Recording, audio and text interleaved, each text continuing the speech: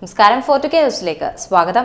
വരുന്ന ലോക്സഭാ തെരഞ്ഞെടുപ്പിൽ കർണാടകയിൽ ബി.ജെ.പി. ജെ.ഡി.എസ് സഖ്യം വിജയിക്കുന്ന സീറ്റുകളുടെ എണ്ണം ഒറ്റയക്കത്തിൽ കടക്കില്ലെന്ന് കർണാടക പ്രദേശ് കോൺഗ്രസ് കമ്മിറ്റി വക്താവ് എം ലക്ഷ്മണ. സംസ്ഥാനത്തെ 28 സീറ്റുകളും സഖ്യകക്ഷികൾ തൂത്തുവാരുമെന്ന ബി.ജെ.പി. നേതാക്കളുടെ അവകാശവാദങ്ങളെ അദ്ദേഹം പരിഹസിക്കുകയും ചെയ്യുന്നു. കർണാടകയിൽ ബി.ജെ.പി. ജെ.ഡി.എസ് സഖ്യം ഒറ്റയക്കത്തിൽ കൂടുതൽ കടക്കില്ല. നിങ്ങൾക്ക് എന്റെ വാക്കുകൾ രേഖപ്പെടുത്തി വെക്കാമെന്നാണ് കോൺഗ്രസ് നേതാവ് പറഞ്ഞത്. 28 സീറ്റുകളിലും വിജയിക്കുമെന്ന വലിയ അവകാശവാദങ്ങളൊന്നും കോൺഗ്രസ് പാർട്ടി ഉന്നയിക്കില്ല. പക്ഷേ ഞങ്ങൾ 20 സീറ്റുകൾ കടക്കും.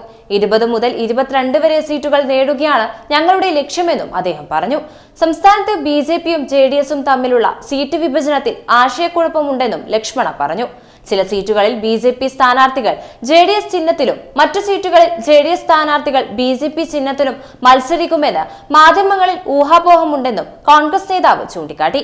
മാണ്ഡ്യ, ഹാസൻ എന്നിവയുൾപ്പെടെ 3 മണ്ഡലങ്ങൾ ജെ.ഡി.എസിന് നൽകിയതായി കരുതുന്നുണ്ടെങ്കിലും തുംകൂരിൽ ബി.ജെ.പി. സ്ഥാനാർത്ഥി ജെ.ഡി.എസ് ചിഹ്നത്തിൽ മത്സരിക്കുമെന്ന് അഭ്യൂഹമുണ്ട്.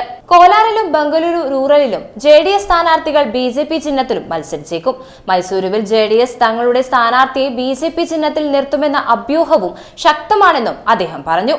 ജെ.ഡി.എസിന്റെയും ബി.ജെ.പിയുടെയും അണികൾക്കിടയിൽ കടുത്ത അതൃപ്തിയുണ്ടെന്ന് അവകാശപ്പെട്ട ലക്ഷ്മണ, സംസ്ഥാനത്തെ പല മണ്ഡലങ്ങളിലും പ്രവർത്തകരുടെയും വോട്ടർമാരുടെയും വിരുദ്ധ മനോഭാവമാണ് നിലവിലെ ബി.ജെ.പി. എംപിമാർ നേരിടുന്നതെന്നും അവകാശപ്പെട്ടു. ഉടുപ്പി ചിക്കമംഗലൂരു ലോക്സഭാ മണ്ഡലത്തിൽ ഗോബാക്ക് പ്രചാരണം നേരിടുന്ന കേന്ദ്ര കൃഷി കർഷക ക്ഷേമ സഹമന്ത്രി ശോഭ കരൻലാജെയുടെ ഉദാഹരണവും കോൺഗ്രസ് നേതാവ് ചൂണ്ടിക്കാട്ടി.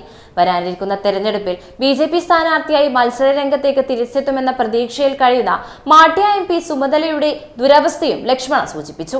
മണ്ഡലം ജെ.ഡി.എസിന് നൽകാൻ നോക്കുന്ന ബി.ജെ.പി. സുമതലയെ കൈവിട്ട അവസ്ഥയാണെന്നും അദ്ദേഹം പറഞ്ഞു.